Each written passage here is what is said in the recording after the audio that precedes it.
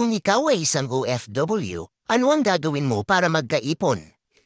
Kung magpadala ka ng pera sa Pilipinas, kontrolin mo lang. Huwag magpadala ng sobra, magpadala ka ng tama lang.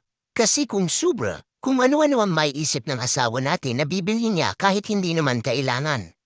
Kasi sa panahon na yon ang mahal na ng bilihin, magtipid din sila. Pero hindi naman lahat ganyan ang asawa, may asawa naman na matipid. Kung ikaw ay may bisyo katulad ng sigarilyo at alak, habang may panahon pa itigil mo na ang paninigarilyo, lalo na dito sa New Zealand ang isang pack ng sigarilyo na pinakamababang presyo ay nasa $34 kung sa peso ay 1,156 pesos. Ganyan kamahal ang sigarilyo dito sa New Zealand. Tapos maluho ka pa, mahilig kang bumili na kung ano na hindi naman kailangan. Bilang isang OFW, mag-ipon ka dahil hindi sa lahat ng oras malakas ka. Hindi ka